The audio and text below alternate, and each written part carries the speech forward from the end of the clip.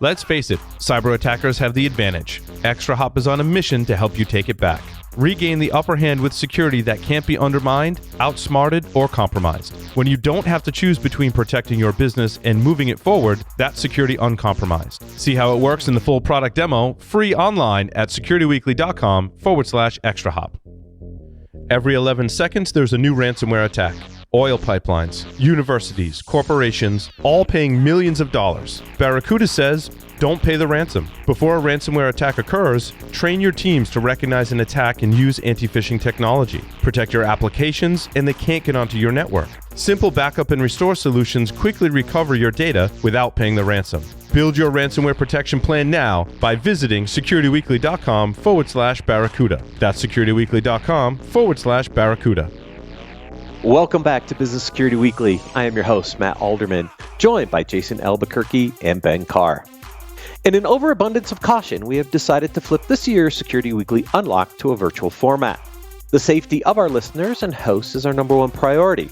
We will miss seeing all of you in person, but we hope you can still join us for Security Weekly Unlocked Virtual. The event will take place this Thursday, December 16th from 9 a.m. to 6 p.m. Eastern. You can still register for free by visiting securityweekly.com/unlocked. And don't forget to check out our library of on-demand webcasts and technical trainings by visiting securityweekly.com/on-demand. You can go get a bunch of CPEs over the holiday break if you need to. All right, gentlemen, articles for the week. Jason, we missed you 2 weeks ago. I had some really good ones. We got a couple good ones this week. The first one, though, not really too crazy. I mean, this one, 88% of boards view cybersecurity as a business risk, but only 12% actually have a dedicated cybersecurity committee. That seems like a little bit of a miss there. Yeah, it's funny. One of the lines that I pulled out of this article was, after years of such heavy investment in security, boards are now pushing back and asking what their dollars have achieved. There's so much wrong with that statement. There's so much that concerns me with that statement. Where was that investment? Did I miss it? Where did it go? Number one, that lends me to believe that the board didn't really know, and I'm gonna cover this a little bit in the next article too. But does the board understand what their responsibilities are when it comes to cybersecurity? That's number one. Secondly, it makes me think that some leader, whether it's a CFO or a CIO, came and said, hey, we need this for security, and that's it. Just a technical problem. It was dealt with as a technology issue and not a business problem, right? So it just lends me to believe if boards are starting to push back saying, where did all that money go? There's so much wrong with how they were involved and what they viewed cybersecurity as. Yeah, I think the other interesting... Go ahead, Ben. I was just going to say, if 88% of the boards are viewing it as the business risk, then how are 57% of the highest level exec responsible for security the CIO? The misalignment there just boggles my mind. I don't understand how boards walk into this thinking that at the end of the day, at some point, somebody's not going to clap back on this, and there's not going to be a responsibility issue that they were just negligent. I don't understand that. The disconnect has been going on for some time, and I don't know when it's going to correct, but I just see that snapback in the rubber band. Agreed. Yeah, I was going the same place. Only 29% of organizations have the CISO as the highest level, 57% the CIO. So to your point, if it's really a business risk, then why does IT, from a technology perspective, actually have the highest level position? So Ben, you and I were going to the exact same place. Yeah. So I mean, I guess the devil's in the details, and maybe I missed it because the respondents could have said, yes, we have a CISO, and that's our highest level of security subject matter expertise in the organization. But does that CISO report to the CIO? Right. It didn't say. Does it report to the CFO? It didn't say. So there, that would make this even worse. Yeah, that's what I'm saying. If half of that 29% is reporting to the CIO, then that number essentially is even higher. So, yeah, it's just it's confounding and disheartening, and I don't know. It just makes me cry. And that's why I said there's so much wrong with this. Because, remember, at the end of the day, like I think we're in security, right? So we gravitate toward this. It's an important role. But like, if you just think about yourself as a consumer, if you're dealing with organizations where your data, your information, your financials are not being handled from a security aspect, I mean, God, that's where I really start to lose heart. I mean, the last conversation we had about healthcare. I mean, that's where I was just going to go, Ben. Concern everyone. The equipment that's keeping you alive when you're sick. Yeah. right.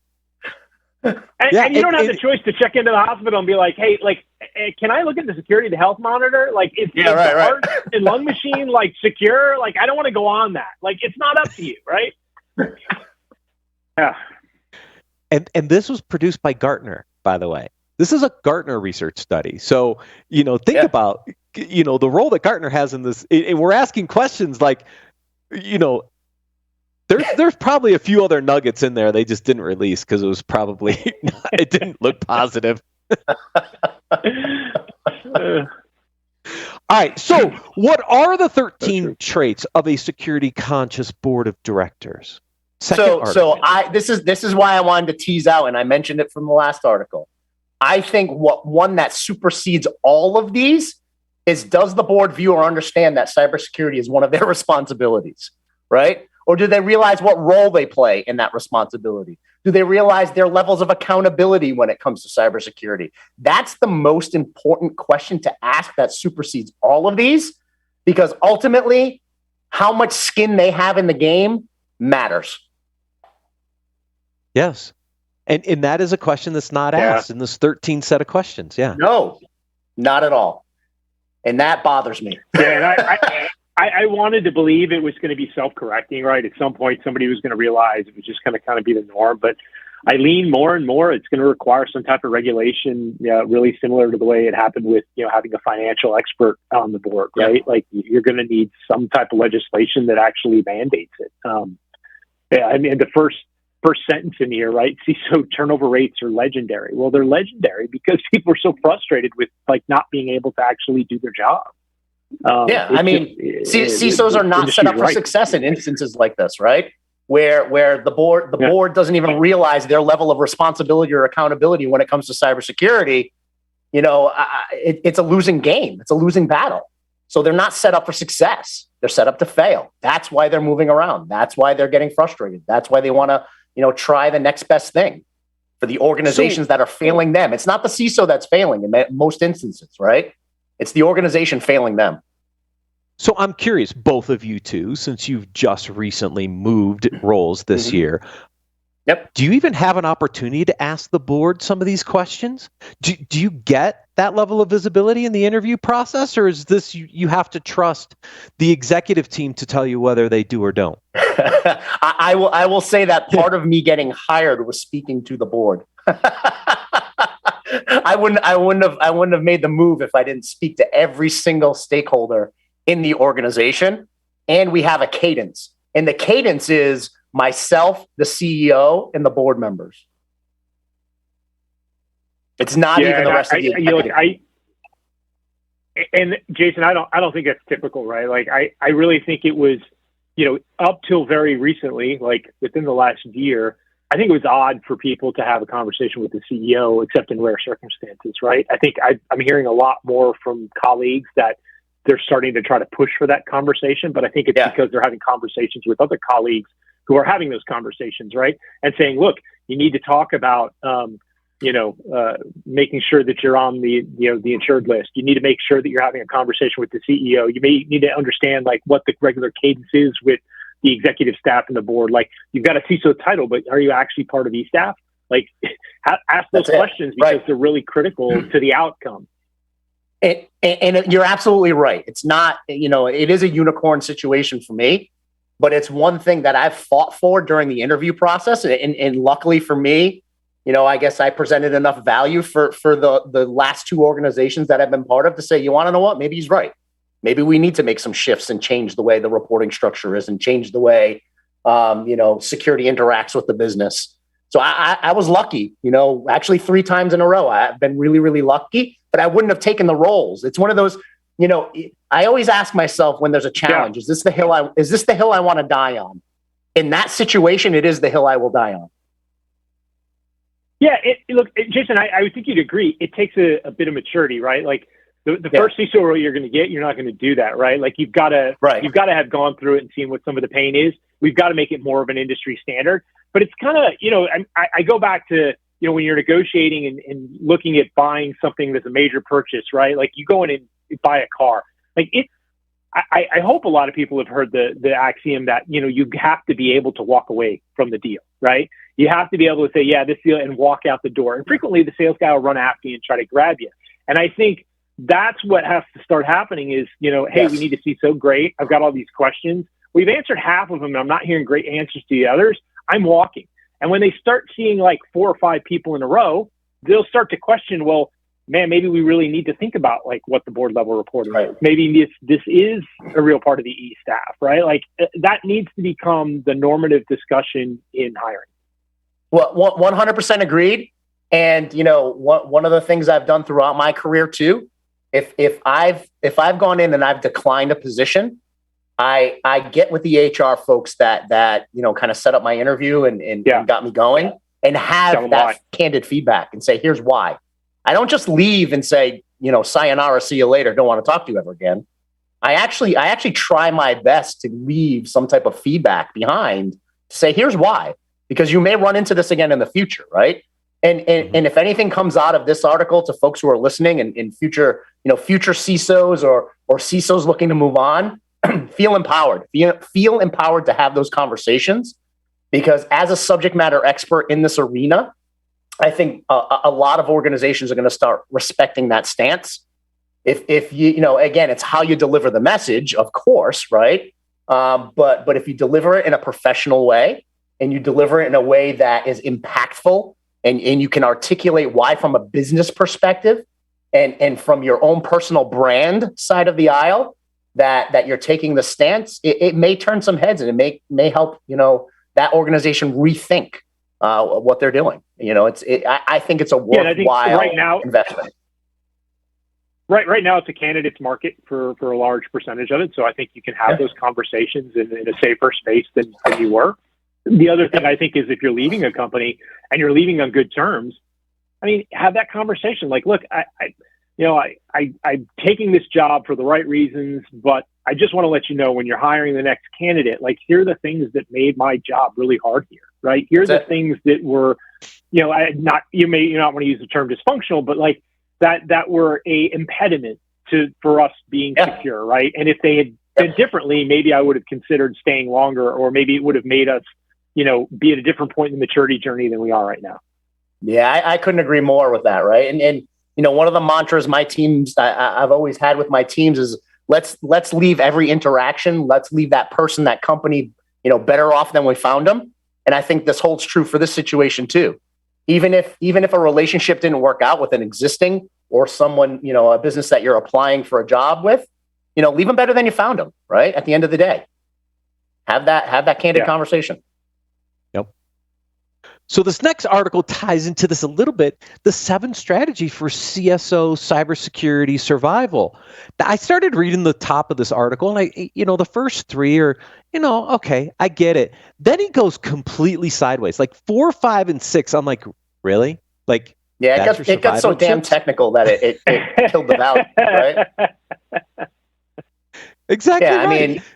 Yeah, right. This isn't a CISO. To be honest with you, this isn't a CISO conversation. This is a security practitioner article. You should change the title in there. Yes. Yeah.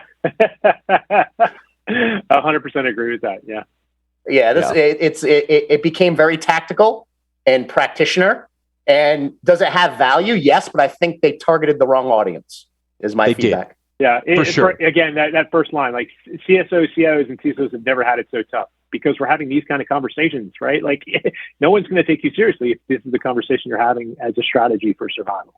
Like, dead on. This does not align security to the business. This actually glazes over business leaders when you start having these conversations. Right. Yeah. Right. This is what we're trying to break away from. 4, 5, and 6 go completely off the rails. I'm like, he started okay, and then he kind of pulled it together on number 7. But I'm like, really? You're just giving them technical implementation tips. No, wrong conversation. Yep. Yeah. Wrong audience. 100%. Wrong audience. All right. So this next article is on the game. I think, as most people know, I am a huge Ohio State Buckeyes fan. I was born and raised in the state of Ohio. I live, breathe, and die scarlet and gray. And this article was I'm sorry for your loss. right to the heart. Yes. So in the meantime, Matt, you have me and my son on the couch cheering for Michigan because of Tom Brady. Yes, thanks. But this is what happens, right? Overconfidence. This article sets this thing up so beautifully because having grown up in the state of Ohio and playing into my sophomore year of college, like I love this game, right? Like you go into a stadium. It's one of the largest stadiums in the world. Like, I have run out of the locker rooms at the Big House in Michigan. It's an awe-inspiring moment. You can't describe it. I went to football camp at Michigan. Okay, so I have respect for Michigan. It was Bo Schembechler's last football camp when I was in high school. I went, and a bunch of friends, my brother and I, we went up for the camp. And one of the things you get to do at the camp is go into the locker room and then run out the tunnel, come down, run around the goalpost. And when you look up, you don't realize, like, the field is below street level. It's such a bowl. It's so deep, right? So you go into this crazy environment. It's snowing. It's cold. It's windy. You want to be a finesse team? Okay, maybe in the South, but in November in the Midwest, it's cold and snowy. Like, you got to think about your strategy. And this whole article brings this overconfidence and you want to know what it did? Honestly, Matt, my mind went right to the Patriots Buffalo game. That was windy and snowy and miserable. And what did Belichick do? He beat them with strategy. Yes, exactly. You know what I mean? Right. Like, my head went right to that because that was for me, that was the win that was so impressive. For most folks watching football, they want to see either a huge shooting match of quarterbacks scoring touchdowns and high scoring games. I looked at this as a chess game because the wind was absurd in that Buffalo game. And what did they do? They brought their A game. They brought their strategy. They were never complacent.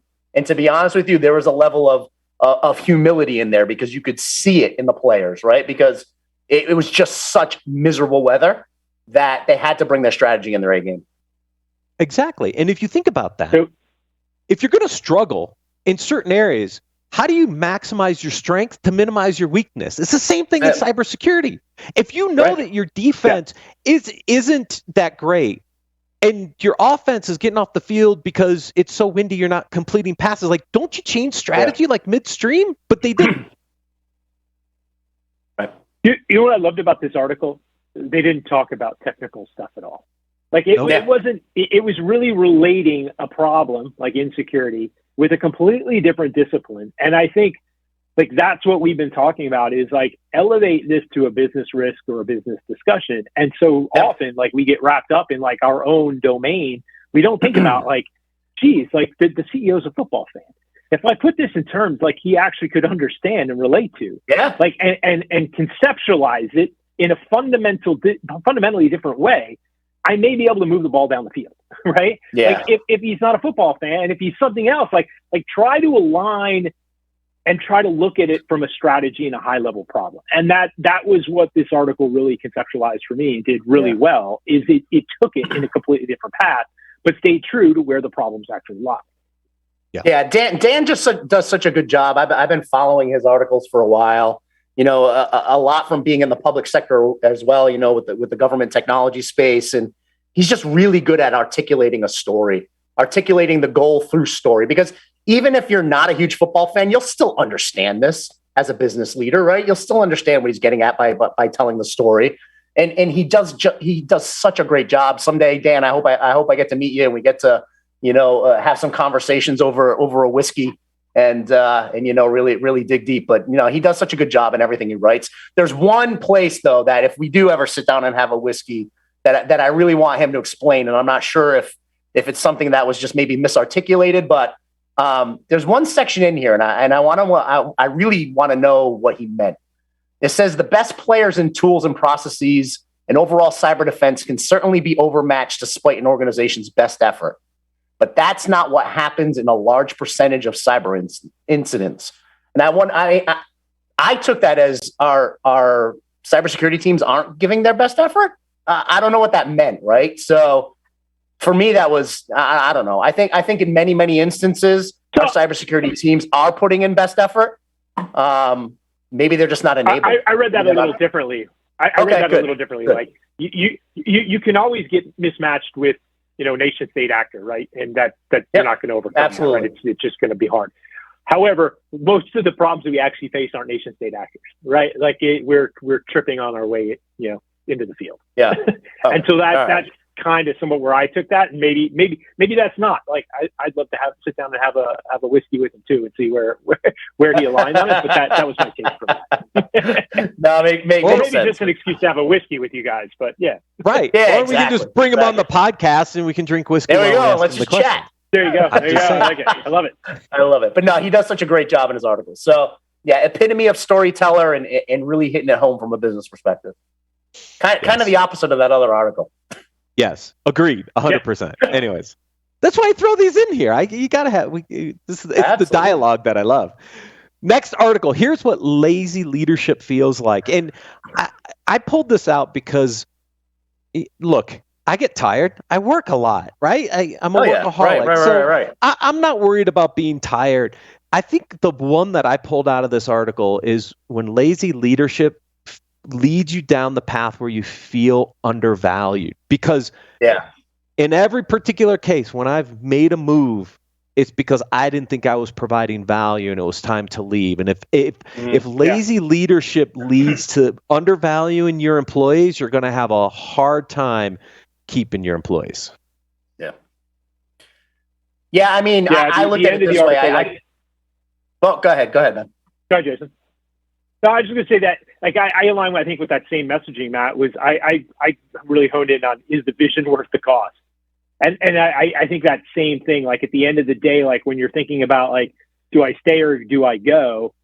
Is the strategy, the vision, the effort that I'm putting in, is it worth, like, the cost to me in that? And, like, if that answer is no, like, you're losing people. So I think it's how you really focus on that and make sure that you're articulating a strategy and a vision, and you're putting the time and investment in people to make sure that they believe in that and they want to follow.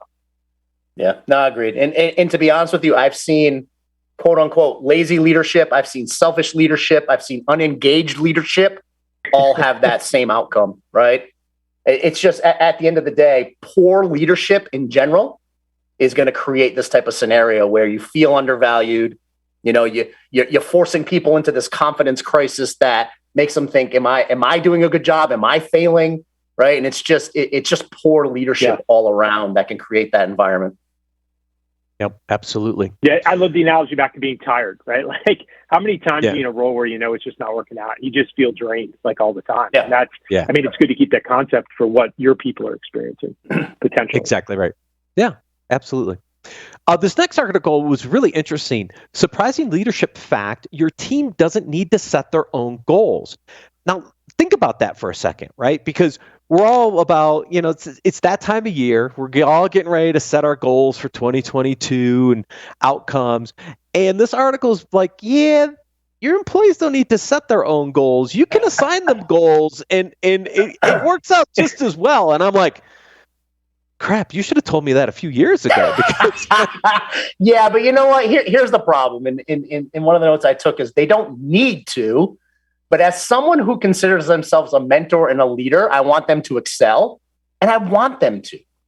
I want them to get out of their comfort zone and start setting their own goals, and then working with me to achieve them, and working with me to refine them. And for me, it's creating a mentorship opportunity and a leadership opportunity to help them excel. Because you want to know what? I've said it a million times. My goal as a leader is to teach them how to put me out of a job.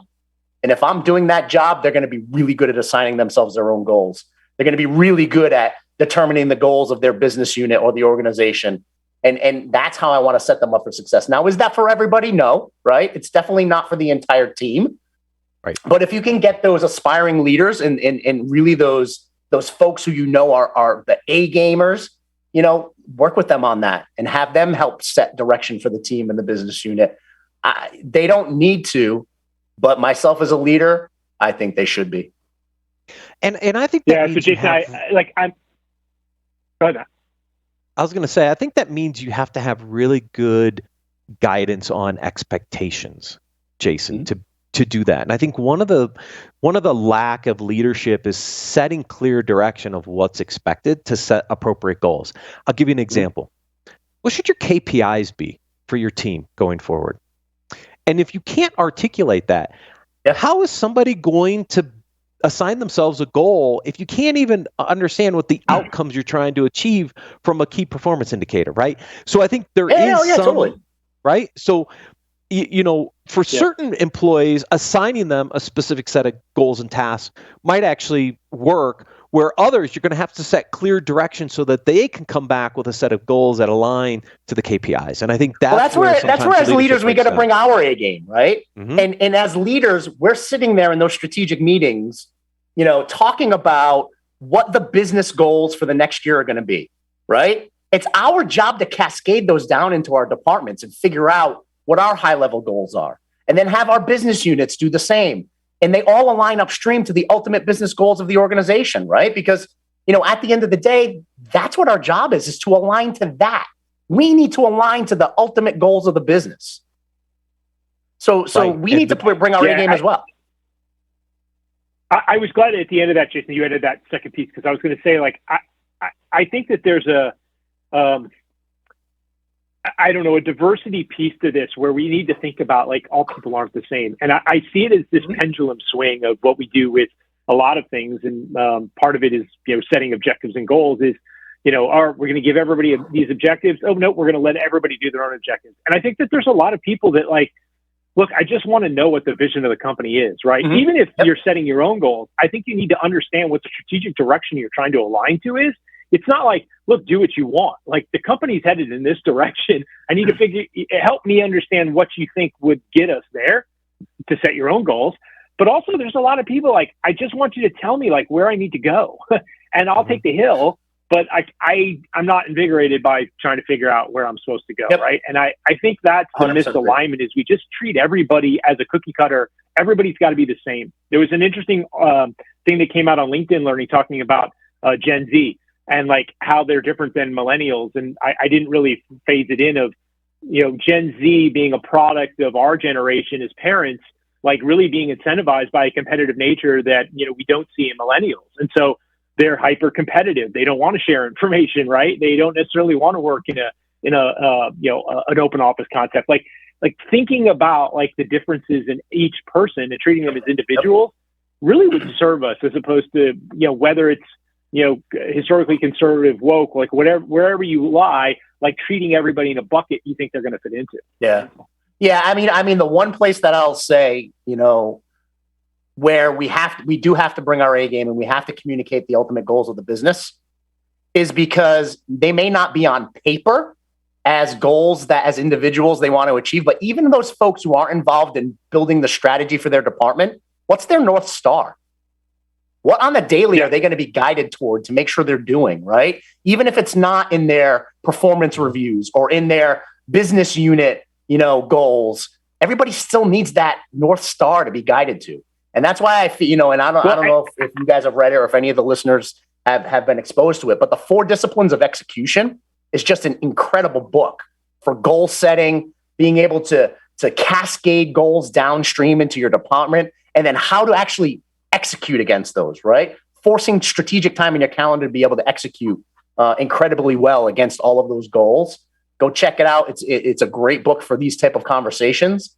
But at the end of the day, everybody in the organization needs that North Star. They need to know, what winning means. I've always said when I'm trying to get somebody to do their goal setting, I always want to know, not just what your goal is, but how does it align to the corporate strategy, vision, the corporate goal, right? If you can't articulate that, then your goal really isn't the right goal, right, for you. Yep. While you may have personal goals, like I want to understand how it's related. And so it's frustrating for me when you're in an org and like, you know, people are trying to do personal goals at the same time the corporate goals and objectives haven't been communicated yet. I just don't think fundamentally that works. Agreed. 100% agreed.